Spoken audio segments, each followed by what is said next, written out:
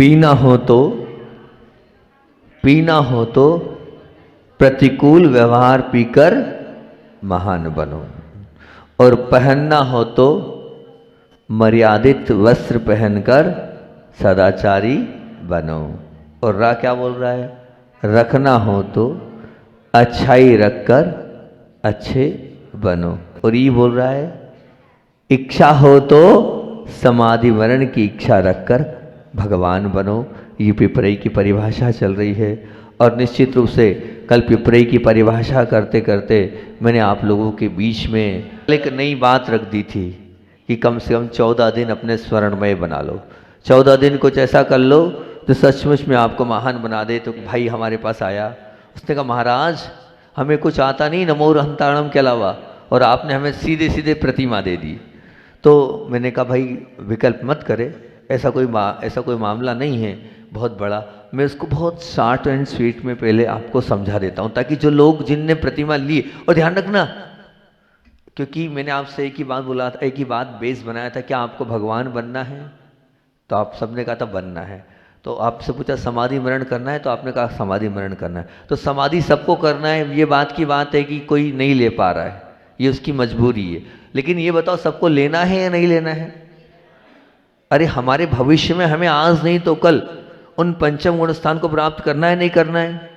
करना है। तो जिनने लिया है उनके लिए भी बहुत महत्वपूर्ण है, और जो नहीं ले पा रहे हैं तो उसमें जितना पाल सके उतना पालना। देखो सबसे बड़ी बात बढ़िया तो ये कि हम पूरा पालें, है ना, उससे बढ़कर कुछ नहीं है। लेकिन कुछ नहीं से तो कुछ तो सही।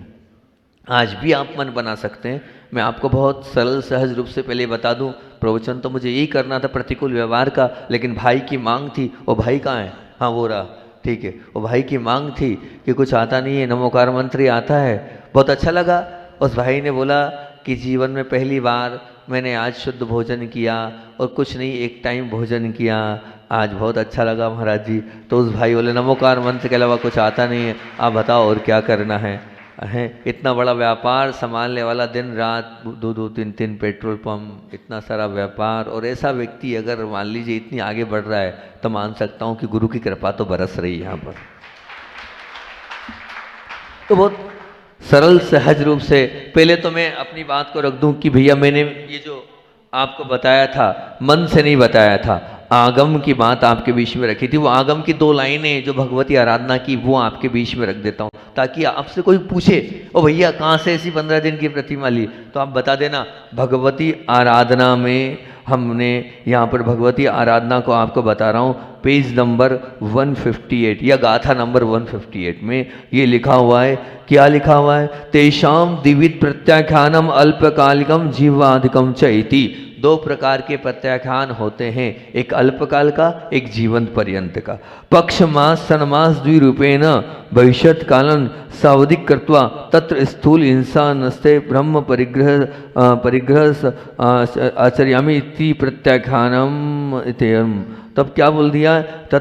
तो यहाँ ये लिख दिया है कि अल्पकाल के लिए भी 5 अनुव्रतों को आप ग्रहण कर सकते हैं, जिसे कि प्रतिमा कहते हैं।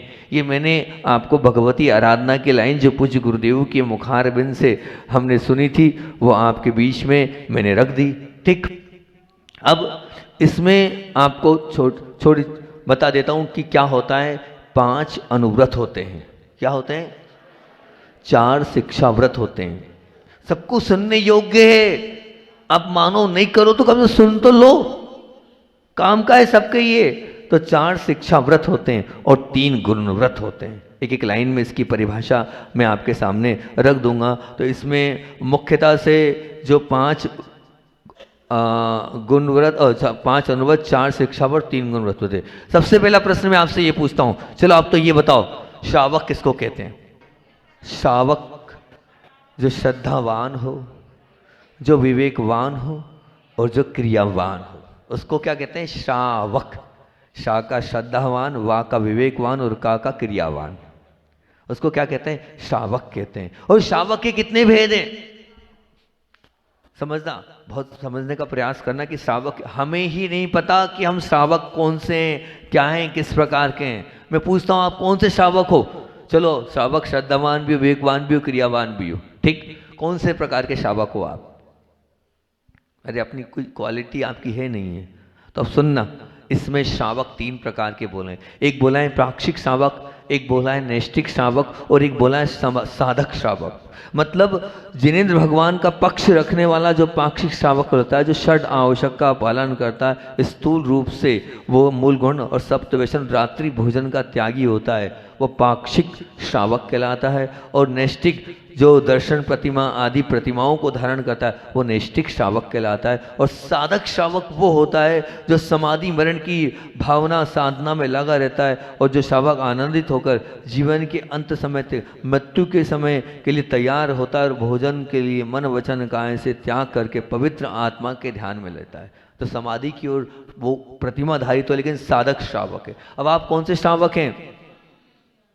आप कौन से हैं? जिनेंद्र भगवान को मानने वाले हैं तो आप कौन से श्रावक हो गए? पाक्षिक श्रावक कहला गए आप। नैष्ठिक तो कौन हो गया? जो प्रतिमा को धारण करता है, नैष्ठिक। तो जितने भी जिन्होंने प्रतिमाएं धारण करी, चाहे वो अल्पकालिक करी है, क्योंकि 2 प्रकार का आता है, एक जीवादिक और एक अल्पकालिक। तो आपने अल्पकालिक करी है तो बहुत अच्छी बात है। कल जब मैं कर्म कांड पढ़ा रहा था, पहले वो रख दूं, तो कर्म कांड में बड़ी अच्छी लाइन है, एक बहुत सुंदर सी वहाँ आई। क्या आई? बड़े ध्यान से सुनना भैया, और प्रतिमा वाले तो और ध्यान से सुनना, बड़ा आनंद आएगा आपको सुनने के बाद।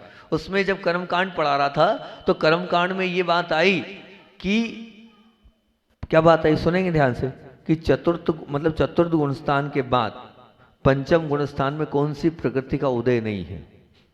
चतुर्थ गुणस्थान तक कौन सी प्रकृति उदय है, पंचम में कौन से उदय नहीं। तो बड़ा अच्छा लगा। बोले जो पंचम गुणस्थान वर्ती होता है उसको दुर्भग नाम कर्म का उदय नहीं होता है। मतलब सब चाहेंगे आपको, आपको बहुत बड़ी एक होप रहती, सब मुझे चाहे, लाइक करे, पसंद करे, तो दुर्भग नाम कर्म का उदय नहीं होगा। अनादि पंचम गुणस्थान वर्ती जीव को अनादि नाम कर्म का उदय नहीं होता है। निश्चित रूप से मान के चलना, उसका प्रभाव, उसका ओज, उसका औरा इतना, उसकी चेहरे का तेज इतना बढ़ता चला जाता है कि दुनिया उसके आगे पीछे घूमती है। और सबसे बड़ी तीसरा आयश कीर्ति, ये तीनों का उदय नहीं होता पंचम गुण स्थानवर्ती को। निश्चित मानना, ना दुर्भग का उदय, ना अनादि का उदय, और ना आयश कीर्ति का उदय। चौथे गुण स्थान में उसकी उदय विच्छुति हो गई।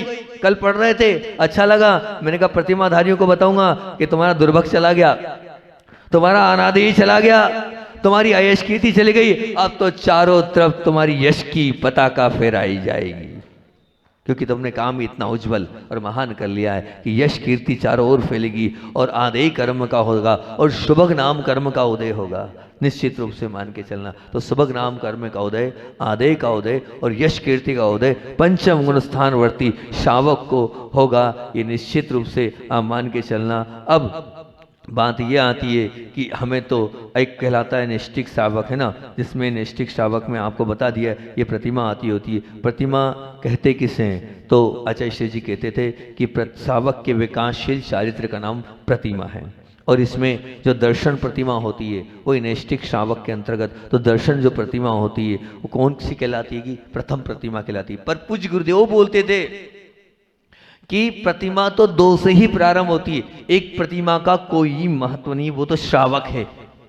वो तो श्रावक कौन सा सामान्य श्रावक चतुर्थ गुणस्थान, पंचम गुणस्थान के लिए आपको दूसरी प्रतिमा ही ग्रहण करनी पड़ेगी। व्रत ही पंचम गुणस्थान से होते हैं। तो अच्छा यही कहते थे पंचम से। फिर भी दर्शन प्रतिमा का स्वरूप इतना ही, जो सम्यक दर्शन से शुद्ध होता है, शरीर संसार और भोगों से उदास रहता है, पंच परमेष्ठियों के शरण ही शरण जो स्वीकार करता है, और अष्टमूल गुण सप्तवेशन का त्यागी होता है, उसमें अतिचार नहीं लगाता है, और शल्यों से रहित होता है, और मर्यादा का भोजन नियम से करता है। वो जो है प्रतिमाधारी श्रावक सूर्य अस्त से, ध्यान से भैया 14 दिन अपने को बड़े अच्छे से पालना है इसको, सूर्य अस्त से 2 घड़ी पहले भोजन कर लेता है, और सूर्य अस्त उदय के 2 घड़ी बाद। सूर्य अस्त कितनी बजे होता है? अभी शायद मेरे ख्याल से 5:40 को हो रहा है ना, 5:40-45 पे हो रहा है। तो आपको 5 के पहले अपना पूरा कार्यक्रम निपटा लेना है। 13-14 दिन की बात है भाई, जिंदगी भर की तो कोई बात है नहीं। 13 दिन अच्छे से पालना। आपने कहा मुझे, आपने ये कहा एक भाई ने, अच्छे से बताना महाराज 13 दिन अच्छे से पालेंगे हम। एक भाई, आगे वाला भाई, नाम तो भूल गया हूँ, नाम भूल क्या गया हूँ अभी, आप परिचय नहीं हुआ। आगे वाले भाई ने बोला महाराज अच्छे से बताना, जब लिया है तो फिर दमदारी के साथ करेंगे और अच्छे से ही करेंगे, ऐसे छलावा नहीं करेंगे। मैंने बिल्कुल फिर सच्ची और अच्छी बातें आपको बता दूंगा मैं। तो 5 बजे के पहले पहले अभी आप भोजन कर लेना, 48 मिनट के पहले कर लेना, और 3 शल्य से रहित हो गए। तो आप जो शल्य किसको कहते हैं, जो आत्मा को कांटे की तरह चुबाती है, दुख देती है, उसे शल्य कहते हैं। और 3 शल्य है, माया, निदान और माया शल्य, निदान शल्य और मिथ्या शल्य। माया शल्य क्या कहलाती हैगी, तो मेरे अवध्यान मतलब क्या होता है, किसको कहते हैं कि अवध्यान को कोई नहीं जानता, मैं मेरे अंदर क्या है उसको कोई नहीं जानता। इस अभिप्राय को भावावेश का आचरण करके लोगों को आकर्षित करना, मायाचारी नहीं करना। हे प्रतिमाधारियों, अपने आप को सरल सहज रखना। इन 13-14 दिनों में मैं मायाचारी नहीं करूंगा, कुटिलता वाला व्यवहार नहीं करूंगा, और व्रतों के फलस्वरूप आगामी भोगों के आकांक्षा रखना नहीं, मुझे आगामी शल्य भी नहीं रखना है। मुझे ये चाहिए, प्रतिमा ले ली तो प्रतिमा के माध्यम से मुझे ये चाहिए, ये भी नहीं रखना। और मिथ्या शल अर्थात होगी नहीं, अतत्वों पर आप श्रद्धा, मतलब जो मिथ्या है उस पर श्रद्धा नहीं करना, और सच्चे देव, शास्त्र और गुरु पर ही अपना ये जो माथा है इसको झुकाना, ठीक, इसके अलावा नहीं। ये अब यहां तक आपका हो गया। अब व्रत प्रतिमा जो आपको मैंने दी है उसका स्वरूप समझ लें आप। तो व्रत प्रतिमा किसे कहते हैं, और मेरे भाव ये है, हर आत्मा इस प्रतिमा से जुड़ना। आप मानना सच्चा धर्म यही है, आप हर एक आत्मा इस 2 प्रतिमा से जुड़ने का प्रयास करना कि हम अंत तक लेंगे, लेकिन मरण कम से कम मुनि नहीं बन पाए, आरिका नहीं बन पाए, कम से कम हम जो है अपने आप को पंचम गुण स्थान के साथ, देश व्रतों के साथ, ताकि क्या होगा, हमारा मरण इतना तो क्लियर है कि स्वर्ग में ही जाएंगे हम, अगर पंचम गुण स्थान के साथ गए तो। चतुर्थ वाले का भी कोई भरोसा नहीं है, ध्यान रखना, कहाँ जाएगा कुछ नहीं, लेकिन पंचम वाले की टिकट तो फाइनल है। उसको आप क्या बोलते हैं, जो टिकट हो जाती है बुक, उसको क्या बोलते हैं, रिजर्वेशन हो गया, उसका रिजर्वेशन कोटा है। जिसका पंचम गुण स्थान है, निश्चित मानना वो तो स्वर्ग में ही जाएगा। और अब उसका क्या क्या है, तो व्रत प्रतिमा में आपको बता दिया, 5 अनुव्रत, 4 शिक्षा व्रत और 3 गुण व्रत। याद कर लो इसको, 5 अनुव्रत, 4 शिक्षा व्रत और 3, हाँ कुछ बोल रही माँ, 3 गुण व्रत। तो अब 5 क्या हो गया, अब आप हमको 3 गुण व्रत, 4 शिक्षा व्रत। अब क्या होता है, 5 अनुव्रत सब जानते हैं, बच्चे भी पाठशाला के जानते हैं। कौन सा, अहिंसानुव्रत और सत्यानुव्रत और आचार्यानुव्रत, ब्रह्मचर्यानुव्रत, परिग्रहानुव्रत। अब इसको अपन एक एक लाइन में समझ लेते हैं क्या कहलाता है। मतलब हम भैया अहिंसानुव्रत का मतलब मन वचन काया से जीवों का घात ना स्वयं करेंगे, ना दूसरों से कराएंगे, और न करने वाले की अनुमोदना करेंगे। मतलब निष्प्रयोजन पंच स्थावरों की हिंसा नहीं करना है, ये अहिंसानुव्रत है। तो अब आपको ध्यान रखना है, जितने प्रतिमाधारी है, अब आपको 15 दिन जल का उपयोग कम से कम करना है।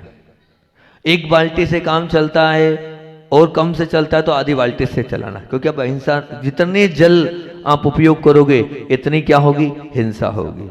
तो हम जल का उपयोग अपने हिसाब से कम करें। जो प्रतिमाधारी जिनने नहीं, मतलब जिनने नियम लिया है और शायद आज नहीं आए, वहां तक उनको बोल दो, वो सुन ले, यानी तो बाद में सुन ले इसको, लेकिन सुन ले, ताकि 15 दिन उनके ईमानदारी से कटे, ठीक है ना।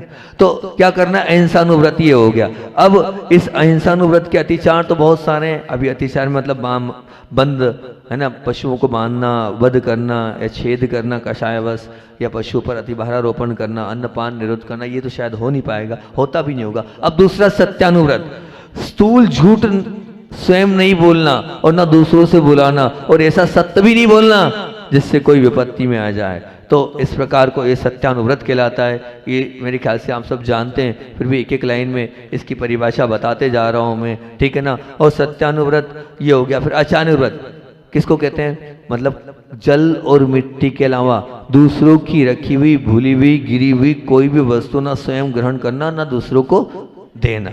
ये क्या कहलाता है? ये आचरण व्रत कहलाता है। ना लेना ना देना, ध्यान रखना, बहुत अच्छे से इसको पालन करना, ठीक। और इसी में ना किसी को झूठा उपदेश देना, ना स्त्री पुरुष की आपस के आचरण की बात बताना, ना कोई ऐसा नकली दस्तावेज करना, ऐसा।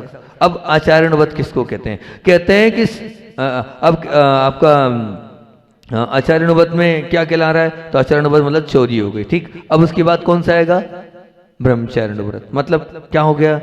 जिनका विवाह हो गया है वो अपनी पत्नी के अलावा बाकी सब माता और बहन के साथ, और जिनका विवाह नहीं हुआ है 14 दिन के लिए भी बोल देना अभी हम बात नहीं करेंगे, ठीक है ना भाई बहनों? 14 दिन के लिए भी कह देना अभी है भी बात भी करेंगे तो भाई बहन जैसी बात करेंगे, ठीक। इतना आप 14 दिन के लिए कमिटमेंट अपने आपस में कर लेना, बाद में आप करते रहना जो करना हो। तो ये हो गया। और परिग्रहण व्रत किसको कहते हैं? तो भाई परिग्रहण व्रत का तात्पर्य यही है कि हम अपनी उन परिग्रह की सीमाओं को, इच्छित सीमाओं को हम बांध लें। धन धन आदि जो 10 प्रकार के परिग्रह उनको बांध लें। तो ये 5 अनुव्रत हो गए, ठीक। अब आती है बारी काहे की? गुणव्रत की। ये क्या गुणव्रत? जिसमें हमारे अनुव्रतों में वृद्धि हो, वो गुणव्रत कहलाते हैं। और जैसे खेती की रक्षा के लिए आप क्या करते हो? एक वो लगाते हो ना कांटे की बाड़, नहीं लगाते है ना, या बाउंड्री बनाते हो। तो बस उसी प्रकार से ये गुणव्रत जो हैं, ये गुणव्रत आपके इन व्रतों को और उत्कृष्ट बनाएंगे। तो सुन लो ध्यान से, ये गुणव्रत कितने होते हैं? दिग्व्रत, देशव्रत और अनर्थ दंडव्रत, ठीक है ना। जो बच्चे लोग नहीं जानते, नए नए बच्चे, दिग्व्रत, देशव्रत और अनर्थ दंडव्रत, ठीक। 5 अनुव्रत समझ गए ना? हिंसा, झूठ, चोरी, कुशील, है ना, ब्रह्मचर्य, परिग्रह। अब 3 गुणव्रत क्या है? 3 गुरुत्व समझ। दिग्व्रत मतलब क्या करना है? सूक्ष्म पापों से बचने के लिए आपको उसमें तो मरण पर्यंत 10 दिशाओं को सीमा कर लेना है। अर्थात अब आप 10 दिशाओं की सीमा कर लो। क्या कर लो?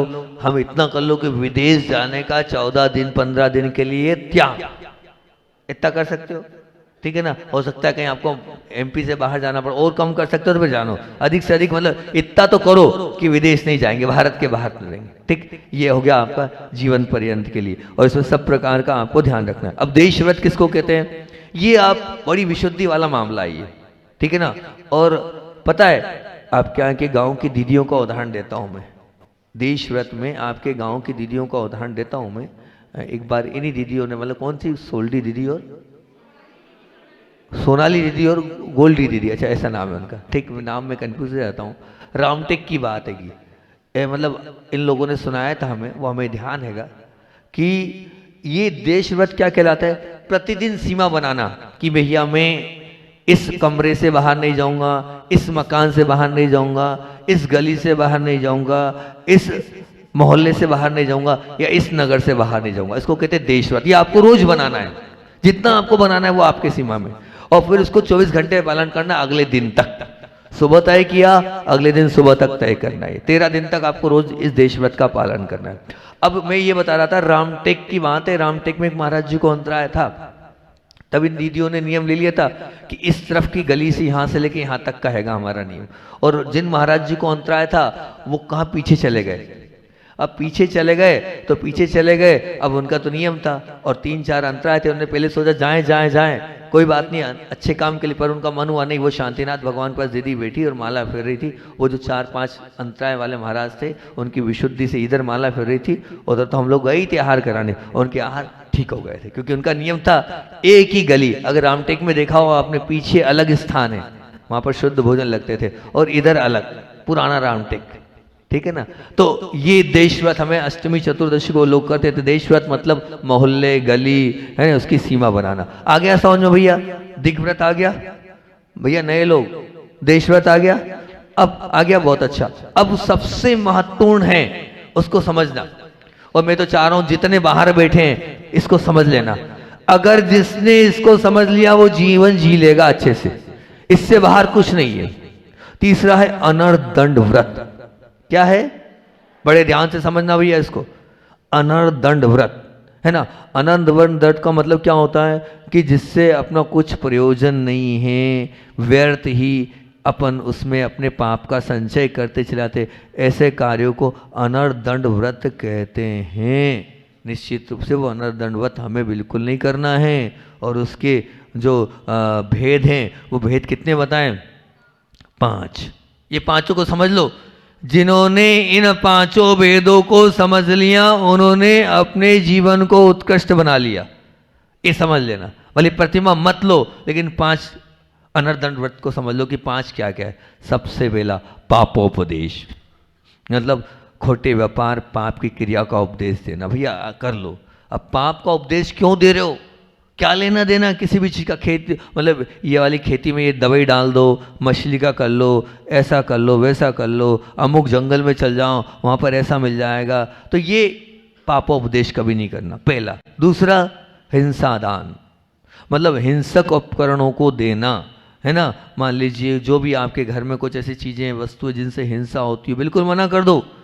जेसीबी है, मशीन है, क्रेशर है, ब्लास्टिंग मशीन है, या जिससे हिंसा की मुख्यता होती है उनको नहीं देना। ठीक, ये हिंसा दान हो गया।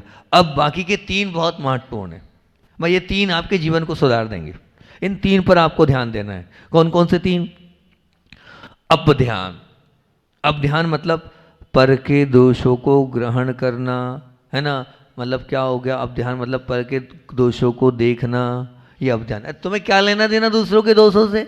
अब तुम लगे हो दूसरों की कमियों को देखने, तो ये अब ध्यान है। पर की लक्ष्मी चाहना, अब अपने पास तो है नहीं पर जल रहे हैं उसके पैसे से, उसके पास इतना है, वो दान दे रहा है, वो ये कर रहा है, वो कर रहा है, ये अब ध्यान है।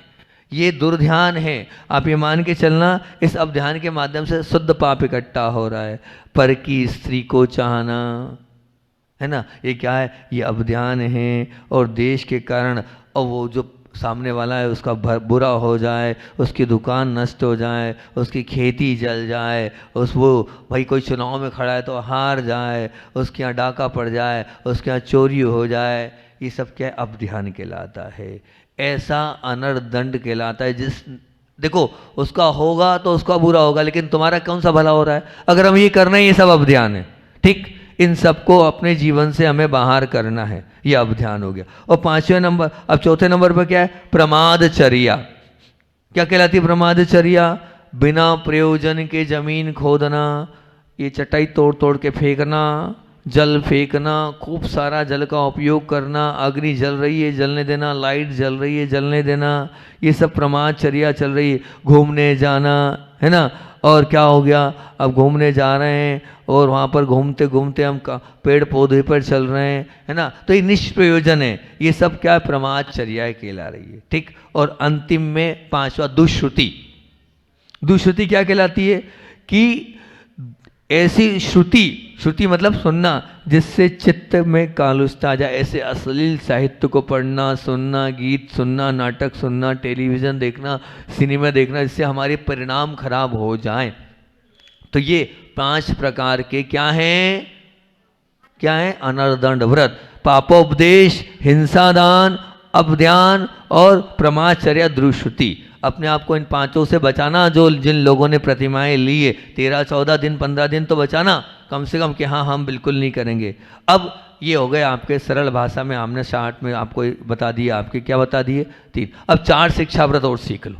ठीक, तो अपने पूरी कहानी निपट गई। 4 शिक्षा व्रत क्या है? सबसे पहला शिक्षा व्रत। शिक्षा व्रत बोलते कैसे हैं? तो बोले जो मुनि आरिका बनने की शिक्षा प्रदान करे उसको शिक्षा व्रत कहते हैं। उन शिक्षा व्रतों में सबसे पहला शिक्षा व्रत है सामायिक। क्या है? सामायिक शिक्षा व्रत। तो सामायिक शिक्षा व्रत में हमें क्या करना है? समता भाव को धारण करना है, और समता भाव के धारण करने के साथ मन वचन कृत कायित अनुमोदना से पापों का त्याग करना है। और पापों का त्याग करके हमें क्या करना है? उसमें चाहे तो आप दोनों टाइम ध्यान कर सकते हो, चाहे तो उसमें कुछ नहीं हो तो नमोकार मंत्र की माला फेर सकते हो, नहीं तो शांति से बैठ सकते हो। कम से कम आधा घंटा हो जाए तो अति उत्तम। 3 टाइम नहीं कर पाओ तो 2 टाइम कर लो। ठीक, और नहीं तो 2 टाइम मेडिटेशन में तो आ ही रहे हो आप लोग, तो आपका वो वाला मामला हो जाएगा। कुल मिलाकर मन वचन काय को स्थिर करना है, वो कहलाती सामायिक। तो आधे घंटे के लिए आप उतना अपने आप को तैयार कर लो। ये सामायिक हो गई, ये पहला शिक्षा व्रत हो गया। ठीक, अब दूसरा है पुरुषोदोपवास शिक्षा व्रत। ठीक, ये थोड़ा सा मतलब थोड़ा कठिन तो नहीं, लेकिन आप चाहेंगे तो हो जाएगा। इसके 3, आप तो जगन्य वाला करना, उत्कृष्ट नहीं। 3 होते हैं इसके भेद। जगन्य में क्या होता है? अष्टमी चतुर्दशी को एक आसन। मध्यम में क्या होता है? कि मध्यम में दो भेद, या तो सप्तमी अष्टमी नवमी को एक आसन, या सप्तमी को एक आसन, अष्टमी को एक आसन, नवमी को एक आसन है। ये तो हो गया मध्यम में सप्तमी अष्टमी नवमी को एक आसन, और सप्तमी अष्टमी नवमी को एक आसन, या सिर्फ अष्टमी को उपास, ये मध्यम में हो गया। और उत्कृष्ट में सप्तमी को एक आसन, अष्टमी को उपास और नवमी को एक आसन। आप तो सामान्य वाला करना भैया, है ना? कौन सा? अष्टमी चतुर्दशी को एक आसन, ठीक। उसमें भी छूट, अगर नहीं सहन हो रही है भूख तो जल वाल ले लेना एक टाइम, ठीक है ना? वो कोई बाधा नहीं भैया, अपन तो अभी सीख रहे हैं। कौन से अपने को बहुत बड़ा वहाँ मेडल मिलना है, नहीं मिलना मेडल, पुण्य का मेडल तो मिलेगा लेकिन। तो ये हो गया आपका कौन सा? पुरुषोदोपवास प्रतिमा। बोलो इसमें कोई कठिन है भैया? बोलो ऐसा बहुत बड़ा मामला लग रहा है कि हम कर ही नहीं पाएंगे? कोई मामला ऐसा लग रहा है क्या? बोलो तो सही पिपरी वालों भैया, ऐसा तो नहीं फंस गए तुम लोग? फंसे तो नहीं हो ना? बिल्कुल नहीं, बड़े अच्छे से करना, विशुद्धि के साथ करना, ठीक। अब कोई और नया तैयार हो रहा है कि भाई मेरी बात पर इतनी बात मैंने बोली, कल के अलावा कोई दूसरा? खड़े हो जाओ। इतना मान लो कि पर्यूषण पर्व लग गए हमारी। बहुत बढ़िया, पर्यूषण में ही तो करना पड़ता है बस। और कोई? बहुत सुंदर, ताली बजाओ, बहुत सुंदर। और तीसरे, बहुत बढ़िया। और कोई तैयार हो रहा है? बहुत सुंदर, दोनों हाथ से आशीर्वाद, बहुत बढ़िया। और तालियां। मान जाओ, गुरु की बात टालो मत, ये 13-14 दिन आपके स्वर्णिम दिन बन जाएंगे, पुण्य को इकट्ठा कर लो। और कोई तैयार हो रहा है? बहुत सुंदर। बहनों में सिर्फ एक दो बहनें तैयार हुई, बाकी बहनें चाहती ही नहीं है कि हम अपना पुण्य इकट्ठा करें, बस 2 बहनें। बहुत सुंदर, बहुत बढ़िया। और कोई इधर से भैया? अरे तुम पाल लोगे? 8 साल के हो गए? 8 साल के हो गए? पाल लोगे? भोजन 2 ही टाइम करना पड़ेगा, पानी 2 बार, हो जाएगा वो? अरे इस बच्चे के लिए ताली तो बजाओ यार, बहुत बढ़िया। शाम को प्रतिक्रम स्वामी यहाँ के बैठ जाना, 3 बार कर लेना, 3 बार, 9 बार नमोकार मंत्र पढ़ के पढ़ना, ठीक। बैठ कर पीना, खड़े खड़े नहीं। रात को नहीं, दिन में पीना है, रात में पानी नहीं पीते हुई, दिन में पीना, ठीक। पॉप से एक भी बार नहीं चलेंगे, ठीक है? हाँ, अभी खड़े रहो, तुम खड़े रहो, बैठना नहीं है। और कोई तैयार है भैया?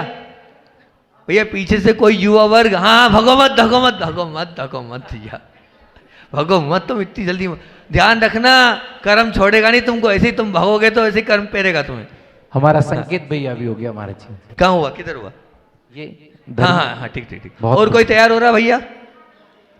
और कोई माता बहनों? मान जाओ बात को, बाद में नहीं मौका मिलेगा, बाद में चाहोगी तब भी नहीं कर पाओगी। कल उदाहरण दिया था मैंने, किसका उदाहरण दिया था? राजकुमार भैया का, चाचा का। देख लो, अभी तक मुनि नहीं बन पाए वो, आज तक नहीं बन पाए मुनि वो, क्योंकि निश्चित रूप से ये मान के चलना, अगर आप आज स्वीकार नहीं करोगे तो फिर कल आपको मौका मिले चाहे नहीं मिले, आप जानना। तो अभी 1 2 3, पीछे से और कोई तैयार है क्या भैया? ठीक, एक माँ और तैयार हो गई, बहुत अच्छा। मैं इसलिए, भले समय बढ़ रहा है लेकिन मैं इसलिए कर रहा हूँ कि भैया तैयार हो जाए तो बहुत अच्छी बात है। और कोई?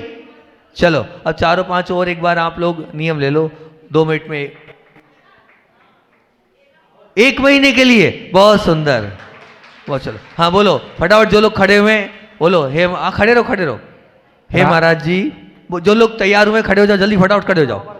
हे महाराज जी, अभी लोग जाना नहीं, कोई को जाना नहीं है, दूसरी बात और करना है। हे महाराज जी, आपके चरणों में हम नियम लेते हैं कि 5 अनुव्रतों को, 4 शिक्षा व्रतों को, 3 गुणव्रतों को बहुत अच्छे से यथा योग्य शक्ति के अनुसार पालन करेंगे।